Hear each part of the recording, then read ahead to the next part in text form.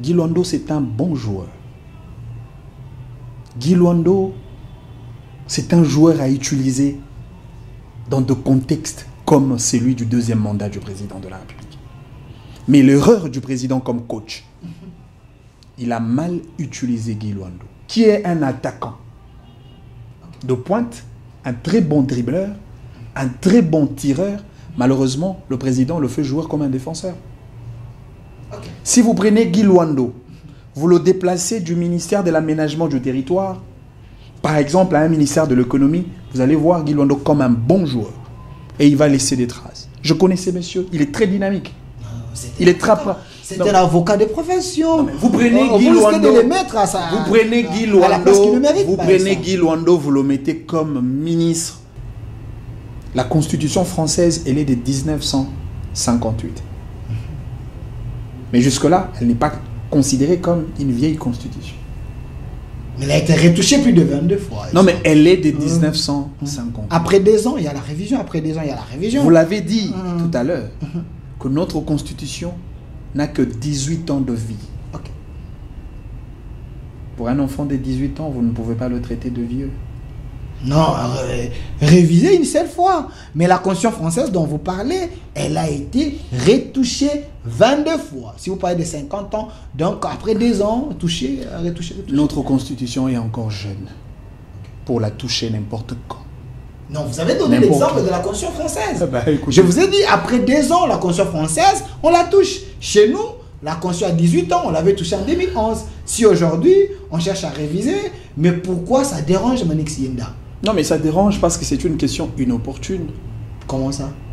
Non, mais parce que le vrai problème du Congo ne sont pas encore résolus. Je me demande pourquoi le président de la République a changé Tony Mwaba pour le remplacer par cette dame qui ne fout absolument rien à la tête. Mais l'IGF n'est pas derrière elle. On suppose que c'est des gens à remplacer. Elle est clean, elle travaille. C'est des gens à remplacer. Elle n'a pas de problème avec la justice. Le minute nous sont impartis. On n'a pas assez de temps. On n'a pas assez de temps. On n'a pas assez de temps. Nous, on n'a pas à avoir de joueurs qui courent de bout en bout sur terrain, qui ne foutent absolument rien. On a besoin des joueurs qui doivent marquer le but. Je préfère Tony Mwaba que cette maman qui, malheureusement, n'apporte absolument rien dans ces Mais quelqu'un m'avait posé la question que Manix est jeune, mais il y a le ministère de la Jeunesse. Sentez-vous là-bas quand même un mouvement? Encore un autre problème, je ne connais même pas ces ministres de la Jeunesse. Vous dites? Je ne la connais même pas. Mais vous êtes censé la connaître. En termes d'action, je ne la connais pas. Je connais son visage. Elle est là. Malheureusement, c'est cette ministre de la Jeunesse qui nous a amené cette histoire de Pessa Congo Chance. Vous dites? C'est elle qui nous a amené. Dans son actif, s'il faudrait évaluer ses actions de 100 premiers jours dans ce gouvernement souminois, elle, tout ce qu'elle a fait, c'est Pessa Congo Chance. Pessa Congo Chance, ça veut dire quoi? Non, mais c'est ce qu'elle a dit, Pessa Congo Chance. D'après hier, Congo, ils ont la chance. Mboko, ils ont la lithium. Au cœur de l'économie sur les batteries, les électriques. Ok. Mboko, ils ont la manganèse. Ils ont la diamant. Mboko, ils ont la forêt. Immense et inquantifiable. Mboko, ils ont la mabélé à Talo. Mboko, ils ont la 80 millions d'hectares de terres arables. 40 millions de terres irrigables. Mboko, ils ont la saison pour l'agriculture. Mboko, ils ont la énergie éolienne, hydraulique, gaz, biogaz, énergie solaire. Comment ils ont la chance? Mais dans plusieurs terrains au même moment. C'est important parce que vous avez cité un ministre. Est-ce que dans son secteur lui-même affirme ses leaderships? Est-ce que les gens qui sont en train de nous suivre peuvent dire aujourd'hui le ministre du portefeuille c'est un leader dans son secteur? Non mais il est vrai. Tout le secteur de la vie nationale pose problème. Il n'y a aucun secteur au Congo qui peut être excepté de toute critique. Il y a des problèmes partout. Mais on regarde l'implication de chaque ministre qui arrive à gérer un secteur. Vous n'allez pas me dire, bien qu'au-delà du dynamisme du ministre Constant Moutamba, dans ces secteurs de la justice, que tout le problème de la justice sont résolus. Non. On regarde son abnégation, son engagement, sa détermination, son dévouement pour apporter des solutions aux problèmes de son secteur, mais au moins nous allons l'évaluer dans le temps. J'apprécie d'ailleurs sa méthode de diagnostic, de faire un état de lieu du secteur. C'est à ce moment-là qu'ils vont prendre en compte tous les paramètres positifs et négatifs. Quelles sont les faiblesses du gouvernement? Quelles sont les forces du gouvernement? Quels sont les problèmes qui freinent l'appareil judiciaire congolais? Quels sont les moyens à mettre à notre disposition pour apporter des solutions idoines aux problèmes de la justice? Du nouveau à Kinshasa, PKM Invest Shop, distributeur des produits électroniques grand public et du prêt-à-porter. Retrouvez les meilleures offres et promos des smartphones, laptops, accessoires et du prêt-à-porter à des prix inédits. Nos adresses: commune d'Engaliema, avenue Colonel Mongiba, numéro 3, quartier Bassoko, référence rond-point magasin Kintambo, à côté de la station Total. Limité 7e rue résidentielle, place commerciale, voire l'immeuble à l'Italia. Pour tout contact, appelez au 085 016 33 65. PKM, c'est la qualité. PKM, c'est la différence. PKM, c'est la satisfaction.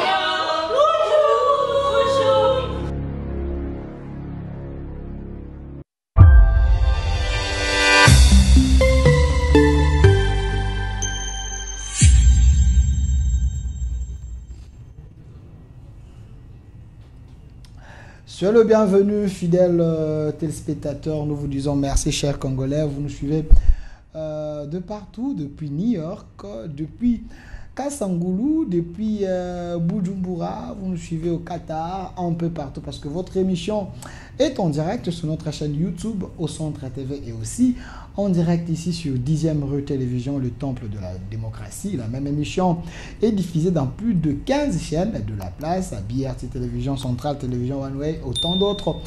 Laissez souvent vos commentaires, comme d'habitude, sur notre chaîne YouTube au Centre TV. Hier, on vous avait annoncé la présence de Manix, mais il y avait un contretemps. Mais aujourd'hui, il a accepté de venir parler et répondre aux questions très questionnantes du public. Il est ici avec nous, Monsieur Manix Yenda, auteur du concept Fachi Azananou. Manix Yenda, soyez le bienvenu. Merci beaucoup, Monsieur Delphin Kassongo. Merci beaucoup pour l'invitation. J'ai profité à l'occasion de saluer les téléspectateurs, le Congolais du Congo profond, autant pour le Congolais de la diaspora. J'ai toujours eu un grand plaisir de partager avec vous ces cénacles des idées, ces réceptacles des valeurs républicaines en tant qu'acteurs politiques. Et j'ose croire que nous mettrons le Congo au menu de nos échanges. Nous mettrons de côté les clivages, les tendances, les ségrégations politiques, parce qu'au-delà de tout, le Congo demeure notre dénominateur commun. Voilà, le Congo demeure notre dénominateur commun. Après Marie-Josée Foucault, après Godin Poy, Alé Atundu et tant d'autres, aujourd'hui, c'est votre tour. Je n'ai pas voulu vous recevoir en débat, mais j'ai voulu vous recevoir seul parce que le public tient à ce que vous puissiez répondre à nos questions. Mais j'ai eu du mal à vous présenter. J'ai fait un recours au moment de la campagne. Vous étiez l'auteur de ce concept Fachi Azananou. Mais aujourd'hui, l'opinion s'interroge. Manix Yenda, il est analyste politique. Manix Yenda, il est de l'Union sacrée. Manix Yenda, il est de l'opposition. Manix Yenda, maintenant, tu as rejoint la société civile. Essaie un peu de nous aider. Manix Yenda est où? Manix Yenda, c'est un acteur politique. Manix Yenda a accepté de faire la politique comme un sacerdoce, comme une responsabilité politique sacrée. Et donc, je fais la politique d'abord en tant que Congolais. Et s'il faudrait parler de camp, mon camp, c'est le camp du peuple. Il est vrai, en tant qu'acteur, nous sommes tenus de se positionner par rapport aux tendances, mais ce qui est évident, Manix, en tant qu'acteur, a accepté d'accompagner la vision du président de la République pour les saluts du peuple.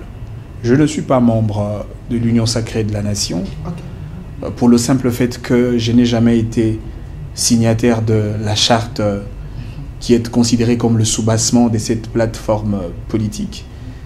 Et donc, j'accompagne le président, je soutiens le président, parce que cette institution a une très grande responsabilité compte tenu de l'immensité des problèmes de notre pays. Et donc le président a besoin des soutiens de son peuple, des citoyens engagés, de gens épris d'un amour patriotique et de gens qui sont prêts à servir la nation avec leur volonté politique.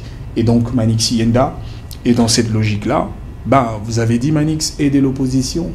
Je ne suis pas de l'opposition. Certaines personnes pensent vos prises de position, c'est comme si vous êtes revenu dans l'opposition. Mais justement, parce que entre l'opposition politique et le pouvoir, il y a le peuple au milieu. Et par moment, quand on n'est pas du camp du pouvoir et quand on n'est pas du camp de l'opposition, votre statut peut porter confusion. Les gens penseraient que le fait d'être aux côtés du peuple fait de vous un opposant. Moi, je ne suis pas un opposant. Je ne peux pas m'opposer au président que je soutiens de manière indéfectible d'ailleurs. Je suis proposant et non un opposant. J'ai fait de la proposition et non de l'opposition. J'ai accepté la vision du président, mais je n'adhère pas à cette plateforme Union sacrée de la nation, je l'ai dit. Alors, Manix Yenda préfère rester une personnalité politique. Manix Yenda, un électron libre. Est-ce que cette position n'est pas dangereuse? Non, mais elle serait dangereuse. Pourquoi? Aussi longtemps que le combat de Manix n'enfreine en rien les valeurs sacrées de la République. Aussi longtemps que le combat de Manix doit être considéré comme une pierre d'édifice pour bâtir un pays plus beau qu'avant, comme l'a dit notre hymne national, qui nous demande, en tant que Congolais, de se comporter comme des vrais bâtisseurs. Et Manix, en tant que Congolais, essaye d'amener sa brique de construction pour bâtir notre pays. Et nous allons bâtir le Congo aussi avec des idées de qualité, et c'est ce que je fais. Je préfère rester politique, je préfère rester indépendant d'esprit, je préfère rester autonome, sans être malléable, sans être ballottable au gré des vagues des acteurs politiques. Je suis un homme libre et j'ai la capacité de dire oui, autant j'ai la capacité de dire non. Alors, Manix Yenda ne veut pas agir par procuration. Mais vous savez très bien que dans la classe politique congolaise, il y a ce qu'on appelle l'autorité morale. Donc, si vous êtes dans l'union sacrée, vous devez suivre la ligne que le chef de l'État a tracée. C'est lui l'autorité morale de l'union sacrée. Si vous êtes dans l'opposition et Sidé, vous devez suivre Fayoulou, ensemble suivre ce que Katumbi va dire. C'est un peu comme ça que la politique congolaise marche. Vous voulez déboulonner ces systèmes, agir autrement, vous ne voyez pas que vous serez un peu mal aimé par les gens qui entourent les chefs et les gens qui suivent l'autorité morale. Je m'en contrebalance. Moi, je ne fais pas la politique pour les gens qui entourent le chef. Je ne fais pas la politique pour satisfaire les collaborateurs du chef. J'ai dit la politique est un sacerdoce. C'est une responsabilité sacrée. Si j'ai accepté d'accompagner le président, parce que le président est une institution sacrée. L'institution président de la République a prêté serment devant Dieu et devant la nation. Le président de la République porte la charge de plus de 100 millions de Congolais. Quoi de plus normal qu'il y ait un Congolais de plus qui accompagne le président, qui apporte son soutien pour que le président arrive à atteindre ces défis. Et donc, je ne fais pas la politique pour les gens. Souffrez que je ne sois pas de l'union sacrée de la nation. Souffrez que je ne sois pas de l'opposition politique, parce que déjà, le microcosme politique national est pollué des antivaleurs. Regardez aujourd'hui d'ailleurs, à cause des partis politiques, la démocratie qui du reste est consacrée dans notre constitution de la République, cette démocratie est métamorphosée et transformée à ce qu'on appelle la particratie, le règne de partis politiques, les partis politiques qui prennent en réalité la totalité du pouvoir au point de marginaliser les couches incolores, les couches inodores, les couches non partisanes, de gens qui n'ont rien à voir avec les partis politiques. Vous savez, aujourd'hui, pour être recruté dans un service ou entreprise publique de l'État, il faut être membre de l'UDPS. Il faut être membre d'un parti politique. Pire encore, même pour devenir recteur de l'université, il faut être membre d'un parti politique. J'ai été sidéré lorsque j'entendais, parmi les réalités nocives de nos partis politiques, le fait de devenir même le directeur général, enfin le médecin directeur d'un hôpital comme clinique Nganyema, cliniques universitaires. Il faut être membre d'un parti politique. Mais il y a ce qu'on appelle... C'est quand même déplorable. Il y a quand même ce qu'on appelle l'histoire des quotas. Donc, si vous avez une force au sein de l'Union sacrée, donc vous pouvez diriger les entreprises publiques, les choses de l'État, parce que les gens sont tellement nombreux, et sur ce, il faut étendre la main, même à l'université, on ne peut pas mettre n'importe qui. Est-ce, pensez-vous, que les chefs aient pris en tenaille par cette histoire des quotas qui est dans la Constitution, entre guillemets? Non, mais c'est ce qui tue la République. Ces histoires de quotas, en réalité, c'est un véritable virus qu'il faut impérativement éradiquer. Ça tue le pays. Si on parle de quotas, quel serait alors le quota de médecins? Puisque vous parlez de quotas des partis politiques. Mais dans chaque parti politique, il y a des docteurs, il y a des scientifiques. Non, mais je suis désolé, dans ces secteurs, on prend l'un d'eux, on envoie là-bas. Le médecin, c'est tout un corps. Les enseignants, c'est tout un corps. Les magistrats, pareil. Quels seraient les quotas de la jeunesse congolaise aujourd'hui qui n'a pas droit au travail? Quel serait le quota des femmes? Quel serait le quota de Congolais vulnérables, de Congolais qui souffrent? Quel serait le quota de tous ces Congolais victimes de l'insécurité dans la partie Est? Plus on parle de quotas politiques, plus on tue le pays. Pourtant, la Constitution que nous utilisons aujourd'hui comme la véritable référentiel de gestion de la chose publique de l'État a posé de principes. Le principe de partage équitable de la richesse nationale. Tout le Congolais a droit, ne serait-ce qu'aux portions de richesse qui découlent de nos minéraux, le diamant, le coltan, manganèse, lithium, etc. Aujourd'hui, regardez la classe politique, elle est nantie. Regardez la couche sociale du peuple, elle demeure pauvre. Comment on peut expliquer ces paradoxes où nous sommes dans un pays immensement riche, malheureusement, avec le peuple le plus pauvre du monde? Je pense qu'aujourd'hui, il faut amener des véritables réformes dans la mentalité des acteurs politiques. Je l'ai toujours dit, ça ne sert à rien de vouloir modifier la Constitution tant que le comportement des prédateurs, des cyniques, des narcissiques, des égoïstes ne se modifie pas. Okay. Je veux revenir sur ça. C'est ça même la thématique d'aujourd'hui. Tentative de la révision constitutionnelle ou le changement, les états généraux initiés par Constant Moutamba et le Conseil supérieur de la magistrature, on va en parler, mais quand même vous devez payer les arriérés du public, parce que quand j'annonçais que je vous reçois, les gens sont connectés sur notre chaîne YouTube Au Centre TV. Laissez vos commentaires, vous pouvez les contredire ou l'encourager. Surtout, engagez les débats sur notre chaîne YouTube Au Centre TV. Manix Yinda va vous répondre si vos questions sont pertinentes.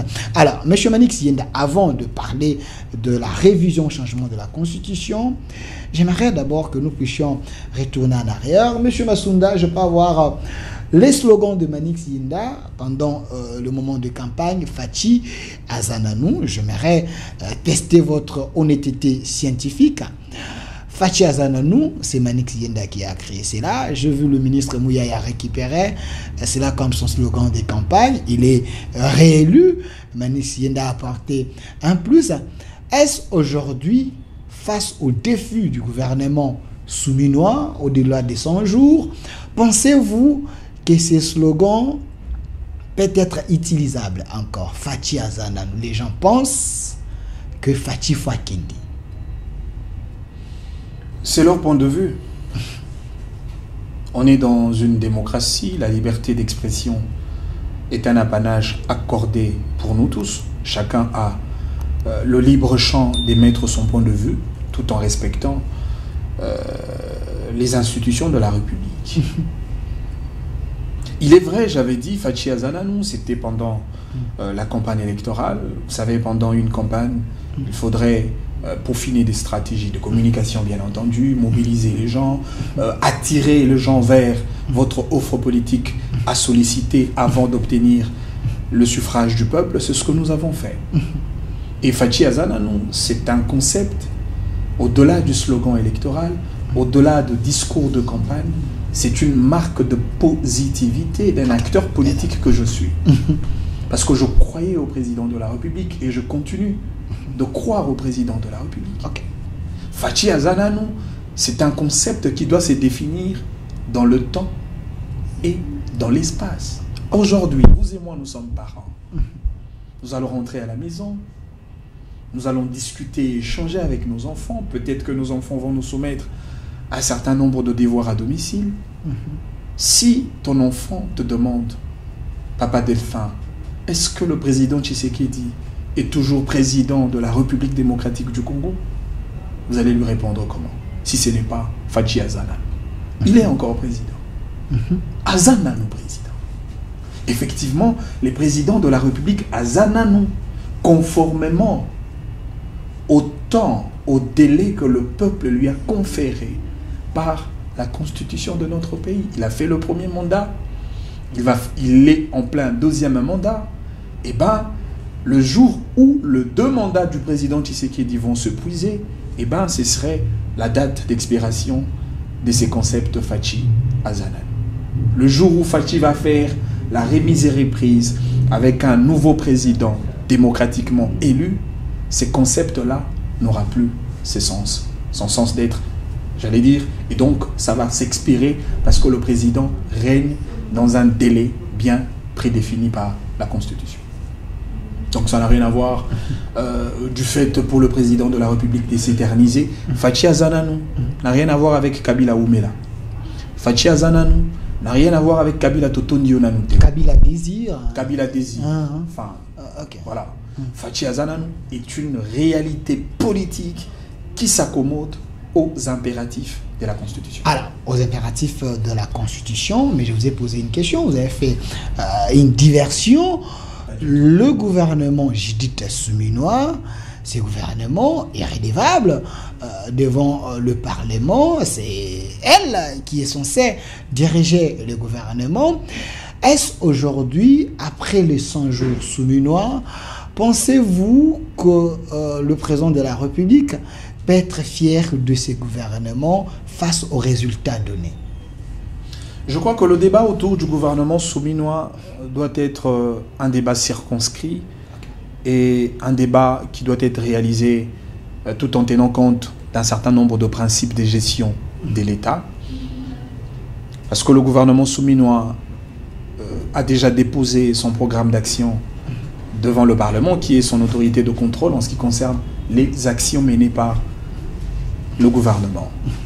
Mais vous ne pouvez pas exécuter un programme d'action sans une boussole qu'on appelle le budget national. C'est dans le budget que l'on a repris effectivement un certain nombre d'objectifs à réaliser dans chaque secteur de la vie nationale. Et il faudrait que le gouvernement effectivement reste sur le ligne budgétaire, mobiliser le moyen, affecter le fonds dans chaque secteur pour répondre effectivement aux desiderata de la population. Il n'y a pas quelques jours passés, l'Assemblée nationale venait de recevoir le projet de loi sur le budget déposé par le gouvernement Suminwa. Il y a eu même un débat lors de la session parlementaire passée. Et donc, il faudrait que l'Assemblée nationale adopte le budget. Le même exercice sera réalisé au niveau du Sénat. Et après que le Parlement ait adopté, accepté, avalisé le budget de Judith Suminwa, c'est alors que nous pouvons évaluer la qualité de son action. Mais qu'à cela ne tienne, il y a une pratique que nous avions adoptée dans la gestion de l'appareil de l'État depuis l'avènement du président Tshisekedi avec son programme de 100 jours, même si 100 jours ou la gestion du pays pendant le 100 premiers jours n'a pas de fondement légal, n'a pas de fondement constitutionnel, mais au moins c'est une pratique de gestion qui permet au gouvernement de commencer par établir un bilan préliminaire. La gestion du pays dans le 100 premiers jours permet au gouvernement d'ajuster au fait son action politique et même de préparer le départ pour l'exécution de son programme d'action. Et en même temps, la gestion pendant le 100 premiers jours permet au gouvernement d'assurer ce que j'appelle une transition de gestion entre le gouvernement sortant et le gouvernement entrant. Et donc, dans le 100 premiers jours, il est vrai, Madame Judith Suminwa a posé les bases de gouvernance en termes de mesures prises, mais aussi en termes d'actions réalisées.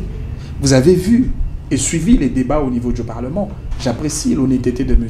Augustin Matata Mpogno, qui est du ressort de l'opposition politique, mais qui a au moins accepté et reconnu la bravoure de Mme Judith Suminwa pour avoir stabilisé le taux du dollar dans le marché d'échange pendant plus de 3 mois. C'est vrai, le problème n'est pas résolu, mais dans le 100 premiers jours, Mme Judith Suminwa a arrêté l'hémorragie. La baisse du prix du carburant, c'est un soulagement pour le peuple congolais. Avec le professeur Moukoko Samba. Effectivement. De l'économie. Et justement, le professeur Moukoko, en tant que ministre de l'économie, et tant d'autres ministres, travaillent sous la coordination de la première ministre Judith Suminwa. Il y a de bases qui ont été déjà posées. Vous savez, parce qu'aujourd'hui, beaucoup de gens demandent à Mme Judith Suminwa si elle a créé combien d'emplois. Pourtant, elle en avait promis en termes de 6 millions pendant son mandat en tant que chef du gouvernement. Vous savez que, d'ailleurs, même si on voudrait rester dans cette optique de concevoir l'État comme un État providentiel, mais en réalité, l'État n'est pas créateur de l'emploi. Si vous faites la statistique des agents de l'État qui sont dans le service et entreprises publiques de l'État, comparablement à l'éclosion démographique de notre pays, vous allez vous rendre compte que la démographie professionnelle des agents publics de l'État ne représente même pas 5% de la population congolaise. Mais l'État a l'obligation plutôt de créer des conditions pour la création de l'emploi. L'État doit assainir les climats d'affaires pour attirer les investisseurs à venir avec leurs capitaux pour investir sur le sol économique congolais. Plus les entreprises sont créées, plus le Congolais auront de l'emploi. L'exemple le plus patent, c'est l'investissement étranger qui nous a amené la société Pepsi. Les gens qui travaillent dans cette industrie, ce sont des Congolais. Ils ont trouvé de l'emploi. C'est-à-dire l'État congolais, de par sa politique managériale d'attirer les investisseurs, doit attirer autant d'investisseurs pour que les entreprises soient créées. En parlant de la création des entreprises, vous savez que le guichet unique, qui est le seul canal pour la création des entreprises en République démocratique du Congo, venait de souffrir d'une grande crise, une grippe de fonctionnement à cause de manque de frais de fonctionnement avant Mme Judith Suminwa.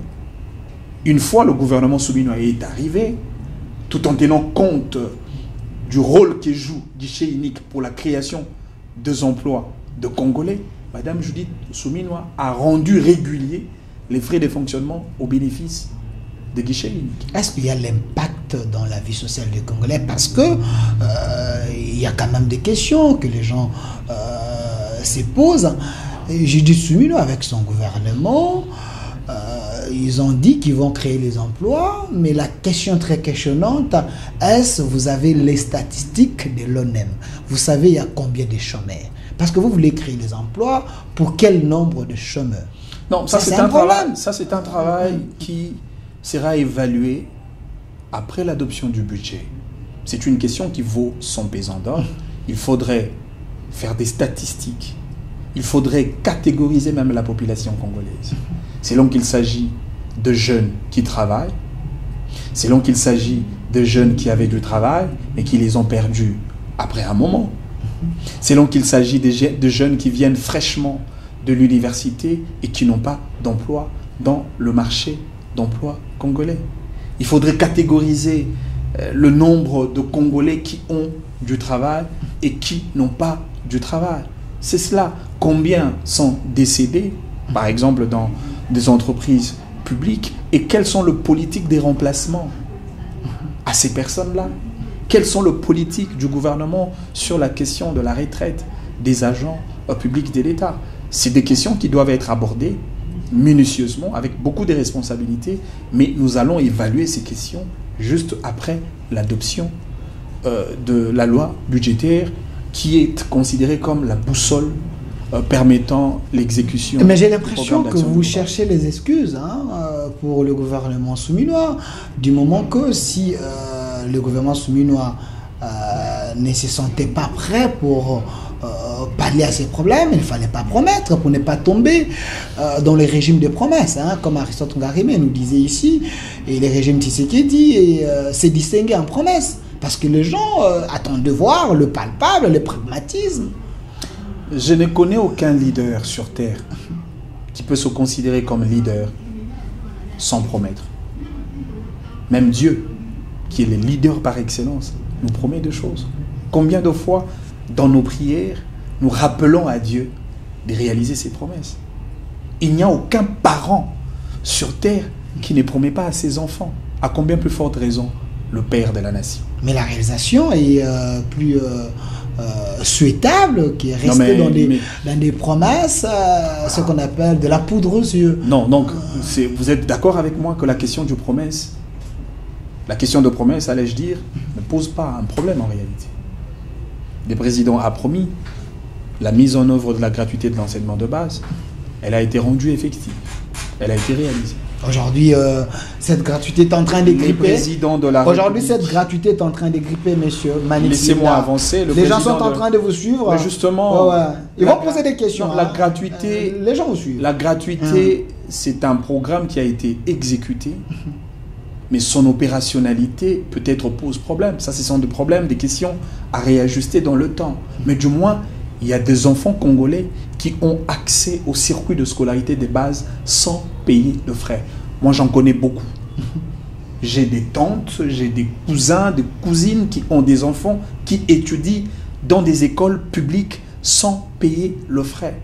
Et ça, c'est quelque chose que nous devons insérer dans l'actif du président lorsqu'on se retrouve dans une posture de critiquer. Alors, je vais être direct avec vous avant de passer à d'autres questions. Manick Linda, un acteur politique libre qui ne réfléchit pas par procuration, mais j'aimerais tester votre honnêteté.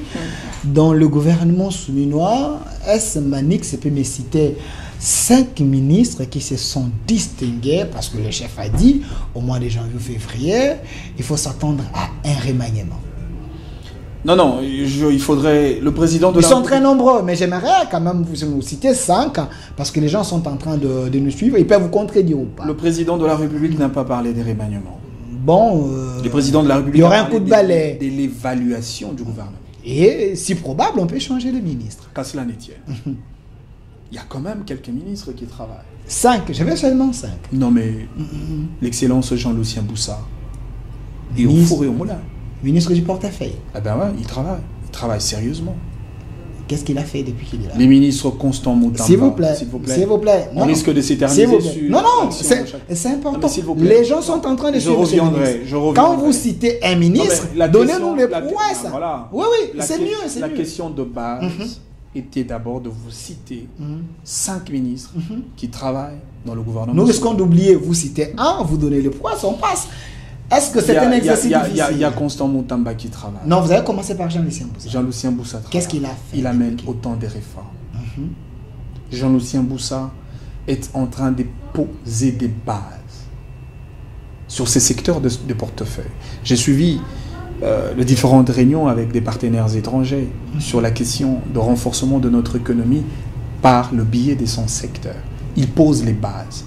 Et justement, après un moment, nous allons évaluer la qualité de son action par rapport à son secteur pour se rendre compte de l'épaisseur de solutions à proposer pour le peuple dans son secteur. Il semble qu'il a déjà des problèmes. Lui, monsieur le ministre Jean-Lucien Boussa, ici à l'université, il parlait de problèmes de leadership et les gens voulais aussi savoir, est-ce que dans son secteur, lui-même, il affirme le leadership? Vous m'amenez dans plusieurs terrains au même moment. C'est important parce que vous avez cité un ministre. Est-ce que dans son secteur, lui-même affirme ses leaderships? Est-ce que les gens qui sont en train de nous suivre peuvent dire, aujourd'hui, le ministre du portefeuille, c'est un leader dans son secteur? Non, mais il est vrai. Tout le secteur de la vie nationale pose problème. Il n'y a aucun secteur au Congo qui peut être excepté de toute critique. Il y a des problèmes partout. Mais on regarde l'implication de chaque ministre qui arrive à gérer un secteur. Vous n'allez pas me dire, bien qu'au-delà du dynamisme du ministre Constant Moutamba, dans ces secteurs de la justice, que tous les problèmes de la justice sont résolus. Non. On regarde son abnégation, son engagement, sa détermination, son dévouement pour apporter des solutions aux problèmes de son secteur, mais au moins nous allons l'évaluer dans le temps. J'apprécie d'ailleurs sa méthode de diagnostic, de faire un état de lieu du secteur. C'est à ce moment-là qu'ils vont prendre en compte tous les paramètres positifs et négatifs. Quelles sont les faiblesses du gouvernement? Quelles sont les forces du gouvernement? Quels sont les problèmes qui freinent l'appareil judiciaire congolais?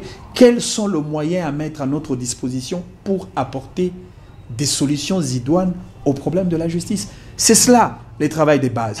C'est comme ça que je vous dis, le gouvernement de Mme Judith Suminwa a une très grande particularité.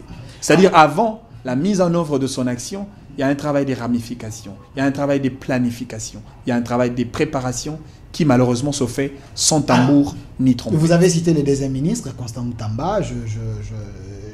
J'ai dit à la population, les gens qui sont en train de nous suivre, qu'aujourd'hui, les états généraux de la justice ont commencé, le chef de l'État a lancé, mais quand même, il y a le discours de Constant Moutamba qui pose des problèmes. Je ne sais pas si vous l'avez suivi. Il a donné des leçons dans la salle, il était comme un recteur, il s'adressait au chef de l'État, dans mon secteur, justice. Si vous voulez que les choses s'arrangent, il faut prioriser ces ministères de la justice parce que on ne peut pas parler de l'économie, du budget, des finances si la justice n'est pas forte. La justice est malade. Et là, même cité quelques mots qui dérangent la justice. Est-ce qu'il n'est pas trop prétentieux? Non, mais je ne voudrais pas prêter des intentions. Sinon, on serait des juges faciles qui rendent des sentences sur des propos des non-personnalités politiques, alors que ce sont des propos qui ne frisent même pas. C'est comme si avant lui, rien n'était fait, et c'est lui le docteur par excellence. Où est les péchés lorsque le ministre de la Justice rappelle au magistrat suprême qu'il faudrait considérer ces secteurs parce que la vie de la nation en dépend? Vous pouvez imaginer développer ce pays sans la justice? N'est-ce pas qu'on nous dit toujours que la justice élève la nation? C'est-à-dire, s'il y a des secteurs clés pour le développement de ce pays, il y a notamment le secteur de la justice. Il faudrait que le président de la République, ensemble avec le ministre de la Justice, pareil pour tous les opérateurs qui œuvrent dans le pouvoir judiciaire congolais, les magistrats, le juge, autant pour les avocats, l'administration judiciaire, tout ce monde-là doit travailler pour aider le président de la République à accomplir sa mission d'instaurer une justice vraie, une justice équitable, une justice pour tous et par tous. Je crois que ça a été une séance très pédagogique qui se réalise avec un esprit de coopération entre le membre du gouvernement, qui est le ministre de la Justice, avec le président de la République, qui est le patron de l'exécutif national. Il n'y a rien de prétentieux, il n'y a rien de l'orgueil. Le ministre Constant Moutamba parle à son chef. Vous savez, j'ai toujours amené une métaphore un peu dans le sens du football lorsque je considère le président de la République comme l'entraîneur. C'est lui le dépositaire de la vision. C'est lui le donneur d'impulsion. C'est lui qui donne le système de jeu. C'est au président de dire à son équipe de faire le 4-4-2. Après, la responsabilité revient aux joueurs. Les joueurs ont la plus grande responsabilité d'exécuter les systèmes de jeu donnés par l'entraîneur. Je vous donne un exemple. On a toujours reproché les présidents de la République d'avoir fait le mauvais casting.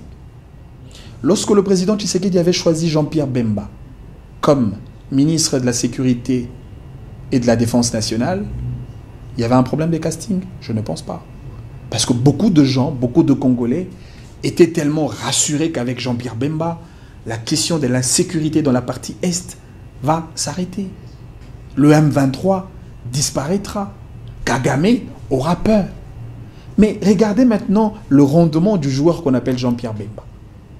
Est-ce c'est la faute de l'entraîneur ou du joueur sur terrain? Pareil pour Vital Kamerhe, lorsque le président l'a choisi comme ministre de l'économie. Il est professeur. D'abord, il faut rappeler. Il est professeur de l'économie. Il est professeur, oui, mais avant d'être professeur, il est d'abord porteur d'un diplôme en économie. Okay. Assistant en économie. Chef de travaux en économie. Docteur en économie. Doctorant en économie. Il a défendu une thèse en économie. Et aujourd'hui, il a toute une charge horaire comme professeur en économie. Et on nomme un professeur en économie dans le secteur de l'économie. Maintenant, faisons l'évaluation des actions menées par M. Vital Kamerhe comme ministre de l'économie. La question reviendra. Est-ce la faute, c'est à l'entraîneur ou au joueur qui a mal joué? J'ai fini par cet exemple qui fait d'ailleurs très mal. Kabulo à Kabulo. Qui n'a pas été content lorsque le chef a nommé Kabulo comme ministre du sport? Parce que tous on savait, la vie de Kabulo, c'était le sport. Kabulo connaissait les joueurs, les femmes de joueurs, le neveu de joueurs, le nièce de joueurs. Il connaissait tout de joueurs. Et le président porte son choix sur ce monsieur-là, comme ministre du sport. Ironie du sort, après la gestion de Kabulo, tous nous avions été déçus.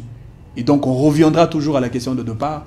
Est-ce c'est la faute du président ou de l'entraîneur? Voilà maintenant la responsabilité du président comme entraîneur. Les matchs évoluent. Nous sommes dans la deuxième mi-temps. Le deuxième mandat du président de la République. Les temps avancent. Il faut reconnaître que tout est pour là. Tout est pour la économie.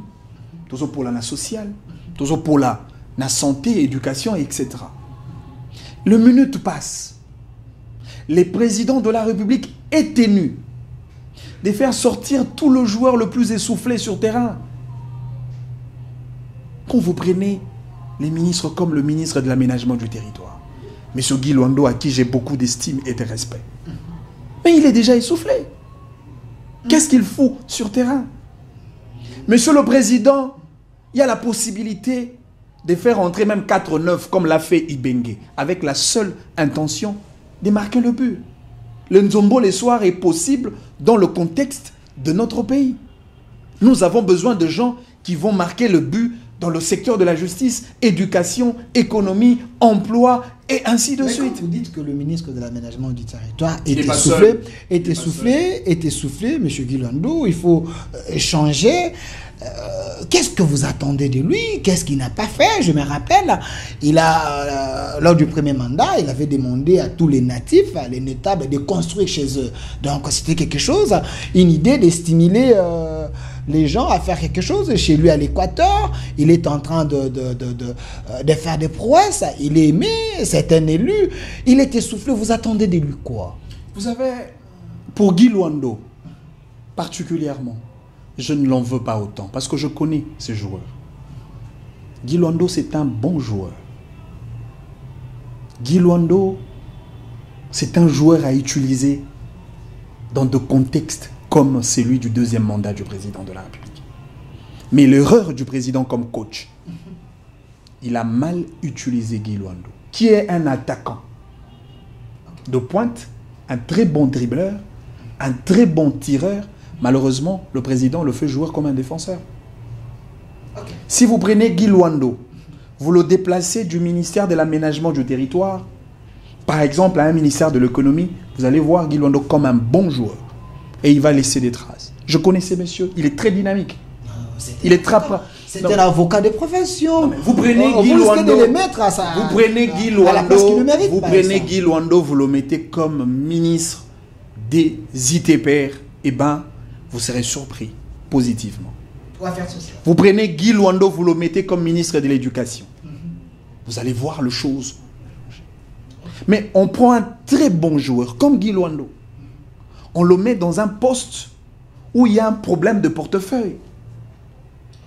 Le ministère de l'Aménagement du territoire n'a pas un portefeuille consistant pour apporter de solutions dans ces secteurs. Et que voilà, Guy Luando est en train de courir inutilement sur le terrain jusqu'au point d'être essoufflé. D'ailleurs, mais justement, d'ailleurs, moi j'apprécie Guy Luando dans une phase d'échauffement. Pendant l'échauffement, Guy Luando a fait beaucoup de choses avec sa fondation Ouidal. Tout ce qu'il fait à Boende, à Mbandaka, à l'intérieur du pays, il l'a fait en tant que président de la fondation Ouidal. Ça, c'était une phase de réchauffement. Pendant les entraînements, Guy Luando a construit un terrain de football pour la population de Boende. Il a créé des forages pendant l'entraînement. Il a tellement marqué des buts. Il a été excellent pendant la phase d'entraînement. Mais malheureusement, l'entraîneur a commis la plus grosse erreur de faire jouer Guy Luando à la défensive au lieu de le mettre un très bon attaquant qu'il est. Et je pense de gens comme Guy Luando, un attaquant, il va marquer des buts pour le mandat du président. Donc, s'il y aura remaniement, vous conseillez à l'entraîneur, chef d'État, de déplacer Guy Luando au ministère d'aménagement du territoire, de le mettre ailleurs, parce que vous pensez qu'il a encore l'énergie à faire mieux. Alors, mais il y a des ministres qui doivent partir, comme le ministre de l'ITPR. Il doit partir, il est essoufflé. C'est le troisième ministre, on parlait des ministres qui il doit partir. Pourquoi M. Alexis Guissaro, il a été reconduit, vous pensez qu'il doit partir? Non, mais regardez l'état de nos routes, mon frère. Mais le Congo est grand, peut-être. Non, mais bon, restons parce que le Congo est grand, restons seulement ici à Kinshasa. En réalité, M. Guissaro est le ministre de trous. Ministre de trous. Vous voulez dire quoi? Non, mais il nous a laissé des trous, il crée des trous, il va partir et il va nous laisser des trous. Les problèmes de route de la RDC, ces problèmes n'ont pas commencé avec Guy Luando. Alors, quel est le problème? Alors, quelle est la responsabilité? Depuis Thomas Lohaka jusqu'à aujourd'hui, est-ce que si Alexis Guissaro, on ne lui donne pas l'argent, vous voulez qu'il fasse quoi? Non, mais malheureusement, les secteurs, le ministère de l'ITPR, c'est un ministère qui a un portefeuille très costaud. Détrompez-vous. L'ITPR n'est pas à comparer avec l'aménagement du territoire. Ok. Il y a des moyens là-bas? Non, mais il y a des moyens là-bas. Et s'il y a des moyens, mais pourquoi il ne donne pas des résultats? Regardez seulement la quote-part du budget pour l'ITPR et regardez la quote-part de budget pour l'aménagement du territoire. Ok. Essayez de comparer l'enveloppe financière pour le frais de fonctionnement de l'aménagement du territoire par rapport à l'ITPR. C'est un grand ministère qui a beaucoup d'argent d'ailleurs. Malheureusement, les ministres qui sont à la tête du ministère, c'est un incompétent patenté. C'était un mauvais manager? Non, lui n'est même pas manager. Ok. C'est un mauvais ministre, c'est tout. Et le président doit le changer. Il y a encore de bons joueurs sur le banc. Donc il n'y a pas de route à son effectif? Non, il n'y a pas de route. Il y a bien de ministres comme ça. Comme l'actuel ministre de l'Éducation. Je souhaiterais 10 000 fois que M. Tony Mwaba soit là, comme ministre de l'Éducation nationale. L'actuel ministre? Non, mais elle n'est même pas connue. Moi, je ne connais même pas son visage. Bon, à l'époque de Tony Mwaba, on sentait quand même. Tony Mwaba, il y avait la communication. C'est ça le problème. Mais bon, peut-être elle préfère travailler dans les silences et puis pas être trop médiatisée. Chacun a son stratégie. Silence ou pas silence, nous avons besoin des résultats. Qu'est-ce qu'elle a fait, madame? Malheureusement, elle n'a rien fait et on n'a rien à dire sur elle parce qu'elle n'a rien fait. Je me demande pourquoi le président de la République a changé Tony Mwaba pour le remplacer par cette dame qui ne fout absolument rien à la tête. Mais l'IGF n'est pas derrière elle. On suppose que c'est des gens à remplacer. Elle est clean, elle travaille. C'est des gens à remplacer. Elle n'a pas de problème avec la justice. Le minute nous sont impartis. On n'a pas assez de temps. On n'a pas assez de temps. On n'a pas assez de temps. Nous, on n'a pas à avoir des joueurs qui courent de bout en bout sur terrain, qui ne foutent absolument rien. On a besoin des joueurs qui doivent marquer le but. Je préfère Tony Mwaba que cette maman qui, malheureusement, n'apporte absolument rien dans ces Mais quelqu'un m'avait posé la question que Manix est jeune, mais il y a le ministère de la Jeunesse. Sentez-vous là-bas quand même un mouvement? Encore un autre problème, je ne connais même pas ces ministres de la jeunesse. Vous dites? Je ne la connais même pas. Mais vous êtes censé la connaître. En termes d'action, je ne la connais pas. Je connais son visage. Elle est là. Malheureusement, c'est cette ministre de la jeunesse qui nous a amené cette histoire de Pessa Congo Chance. Vous dites? C'est elle qui nous a amené. Dans son actif, s'il faudrait évaluer ses actions de 100 premiers jours dans ce gouvernement souminois, elle, tout ce qu'elle a fait, c'est Pessa Congo Chance. Pessa Congo Chance, ça veut dire quoi? Non, mais c'est ce qu'elle a dit, Pessa Congo Chance. D'après hier, Congo, ils ont la chance. Mboko, ils ont la lithium. Au cœur de l'économie sur les batteries, les électriques. Ok. Mboko, ils ont la manganèse. Ils ont la diamant. Mboko, ils ont la forêt. Immense et inquantifiable. Mboko, ils ont la mabélé à Talo. Mboko, ils ont 80 millions d'hectares de terres arables. 40 millions de terres irrigables. Mboko, ils ont la saison pour l'agriculture.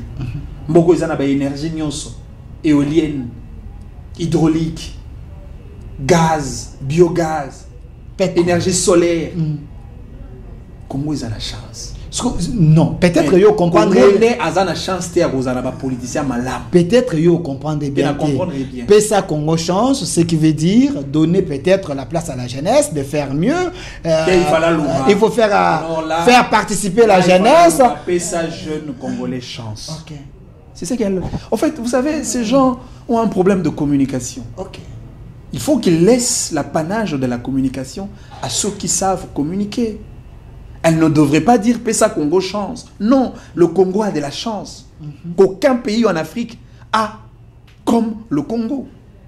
C'est qu'elle devrait dire Pessa ba jeune Congolais chance. Ce qui peut être traduit dans le sens il y a Kokoti Sabajeune dans le circuit des décisions du pays. Il y a Kopé Sabajeune Misala. Il y a Kopé Sabajeune des postes et des responsabilités. Il y a qu'au croire na compétence, na qualité et à service rendu par le jeune. C'est cela, Pessa jeunesse congolais chance. Alors, Manix Yinda, une question de curiosité. Vous êtes jeune, elle est là. Vous pensez qu'elle n'a pas donné les résultats. Manix Yinda, si le chef entend votre voix et dit Manix, je vous donne ce ministère de la jeunesse dans les 100 premiers jours, Manix enseigne. Moi, en tant que ministre de la Jeunesse, je vais faire beaucoup de choses. 100 premiers jours. Le ministère de la Jeunesse est un ministère carrefour. C'est un ministère qui doit fonctionner avec les autres ministères. Par exemple, pour l'emploi de jeunes, il faut que le ministère, pour la création de l'emploi, intervienne. Pour affecter le jeune dans la formation professionnelle, par exemple, il faudrait qu'il y ait un ministère qui travaille sur ces secteurs-là. La formation professionnelle intervienne. Je vais te donner quelques cas le plus banal. Vous prenez une ville comme la ville-province de Kinshasa. Imaginez une seconde si on fait de tout le terrain, les stades, tout le terrain de football de Kinshasa. Des terrains avec pelouse synthétique à la base, une clôture à la base, comme un peu le terrain des GD, il y aura un service minimum, à la limite de 5 jeunes qui gèrent l'entretien du stade. Il y a combien de joueurs qui arrivent, des équipes, des vétérans, et qu'ils payent? Moi-même, je suis vétéran, je joue chaque dimanche. Malheureusement, nous jouons sur le terrain avec pelouse synthétique créée par des Libanais. Et pour ça, nous payons $100 juste pour un match de 60 minutes. Imaginez maintenant l'État congolais, lui-même, modernise ces terrains. Aucun terrain à Kinshasa sans pelouse synthétique. Eh bien, il y aura quand même un petit revenu. Et ces petits revenus vont devoir permettre à ce jeune de trouver de l'emploi, d'avoir quelque chose pour nouer les deux bouts du mois et s'auto-prise en charge par rapport à leurs besoins respectifs. C'est une question du management politique. Regardez, nous avons un problème des embouteillages. Si les ministères du transport, ici je voudrais interpeller les ministres du transport urbain et mobilité, ici à Kinshasa, M. Bob Amiso, à qui je lance beaucoup de fleurs de par la qualité de son travail. Il est dans une bonne dynamique. Il a fait un très bon départ, mais seulement il est buté à un problème. Il n'y a pas de moyen.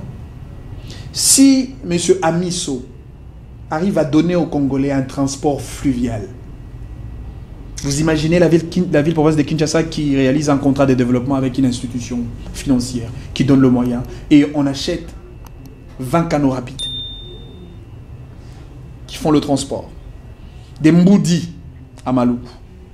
Pour quelqu'un qui veut se rendre à l'aéroport de Njili avec tous les embouteillages qu'il y a, vous arrivez ici au port de Butch, vous prenez votre canot rapide, 5 minutes vous êtes à l'aéroport. 10 minutes vous êtes à Maluku.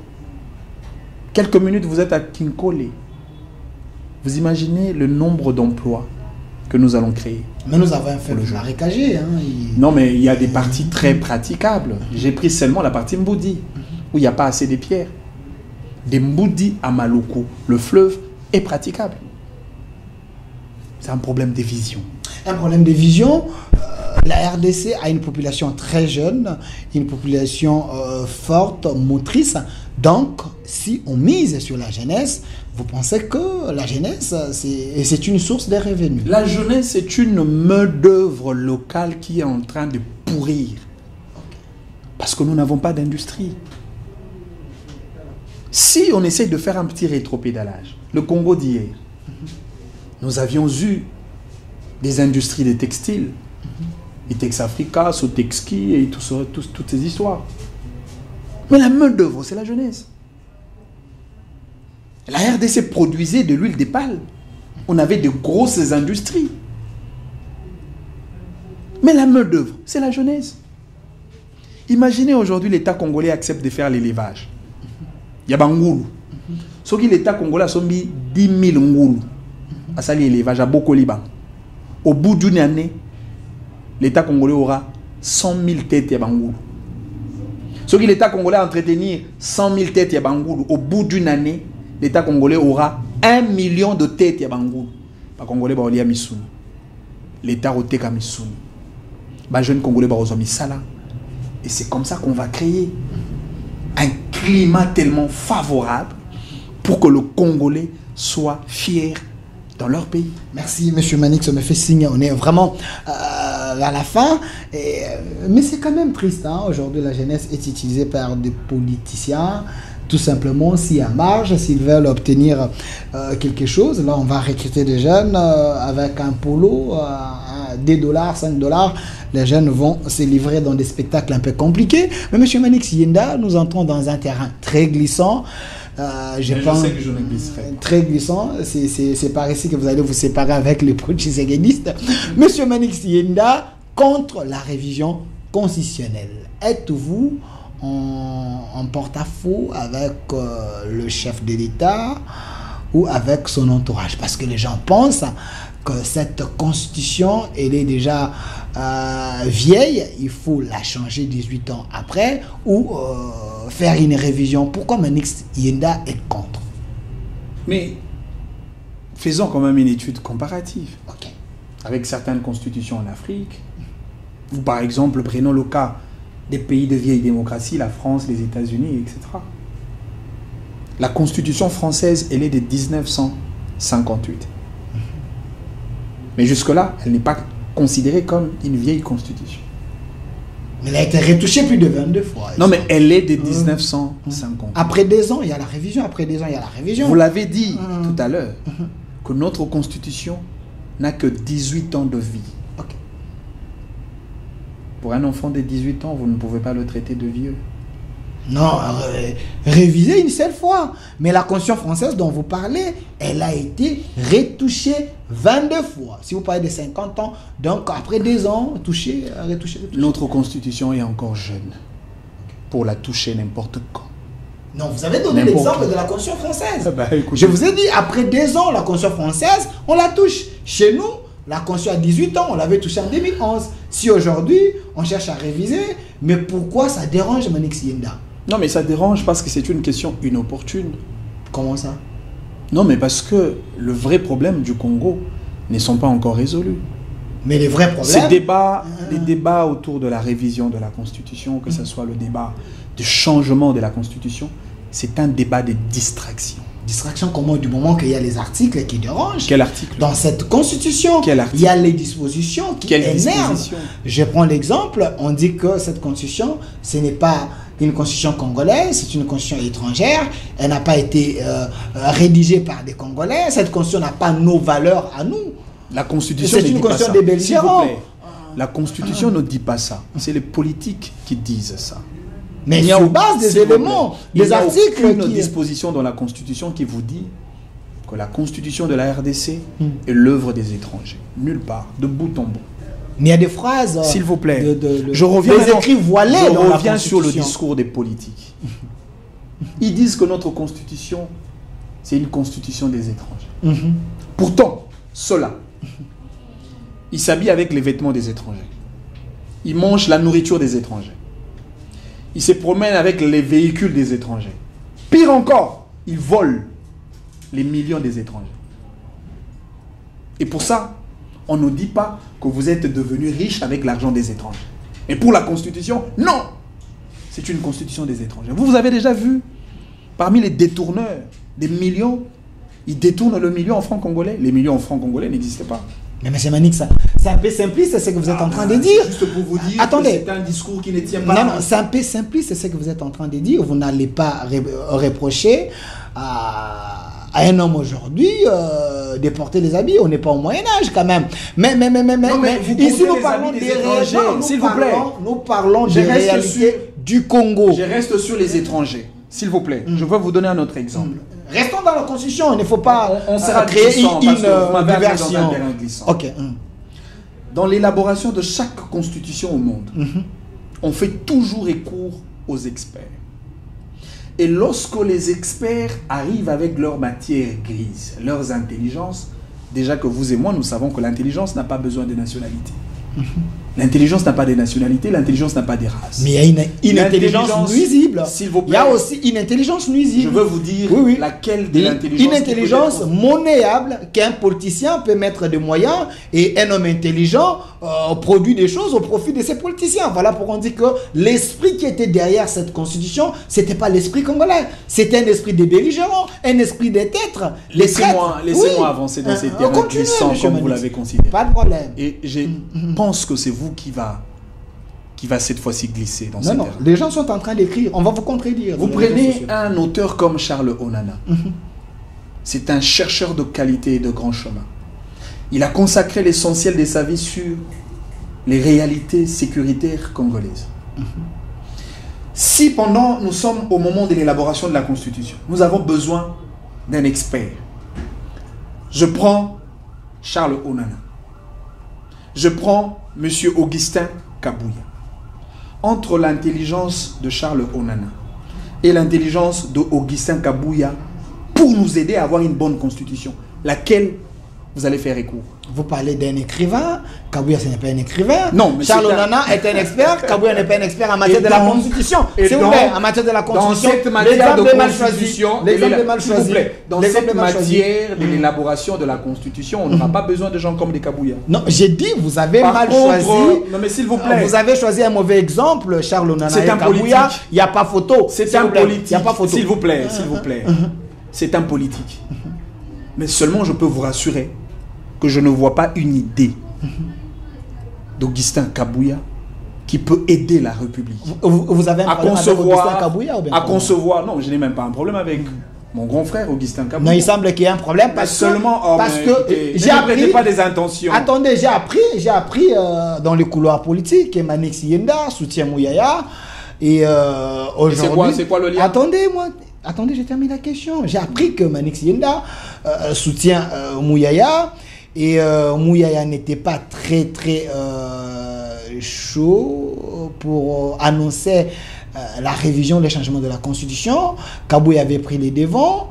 Et voilà pourquoi Manix tourne ses Kazakhs contre la révision de la Constitution. Tout simplement, vous voulez plaire à Mouyaya qui est parmi vos collaborateurs. Vous savez que si vous entrez dans l'archive du Parlement de notre pays, vous trouverez une loi qu'on appelle la loi Mouyaya.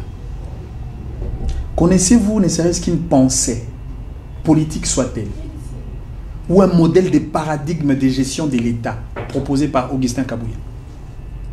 Vous connaissez ne serait-ce qu'une théorie politique de Augustin Kabouya? Connaissez-vous quand même une intelligence politique de Augustin Kabouya qui peut servir la nation? Des choses que j'ai entendues des Augustin Kabouya, Tosa Fachi, Obika. Hein, vous voyez des choses un peu comme ça.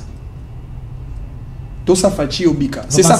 Vous pensez que c'est terre à terre? Non, mais ça va servir la République en quoi? C'est un secrétaire général d'un grand parti. Quand il dit Tosa Fachi, Obika, ça veut dire quoi? C'est ce qu'on va mettre dans la Constitution lorsqu'on va changer la Constitution. Donc vous confirmez qu'il y a, une guerre de tension, vous soutenez Mouyaya, Manik Siyenda. En réalité, vous n'êtes pas si indépendant. Vous n'êtes pas si indépendant. Je n'ai rien à voir avec M. Mouyaya, mais je voudrais juste vous dire... Qui est l'un de vos collaborateurs?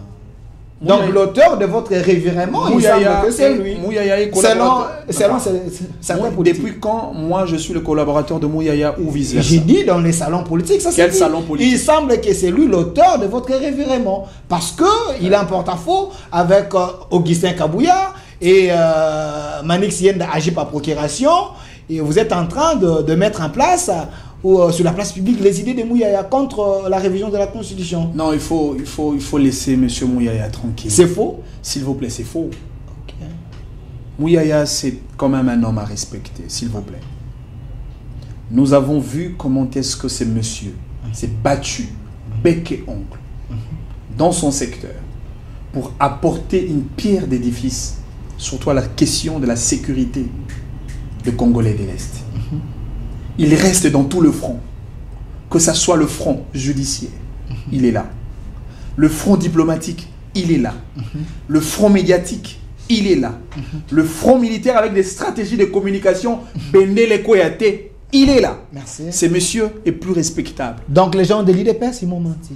Non mais ceux-là de l'UDPS à qui vous faites allégeance sur ce plateau, ils apportent quoi? Merci. Pour la République? Merci, monsieur. Je suis contre le changement de la Constitution, mais je continue de soutenir la vision du président de la République pour le salut et le développement du peuple. Merci, monsieur Manix Siyenda, l'homme qui est contre le changement et la révision de la Constitution. Mais l'homme qui est pour le développement socio-économique du peuple congolais. Et qui soutient le chef de l'État. Qui soutient le chef de l'État pour le développement de Congolais. Et j'ai appris également dans les couloirs, je ne sais pas si c'est vrai, que Mouyaya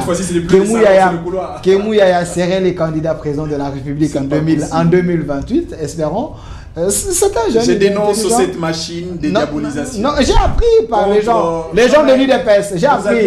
Merci. Vous aviez été dans le couloir. Mouyaya travaille pour le peuple. Merci.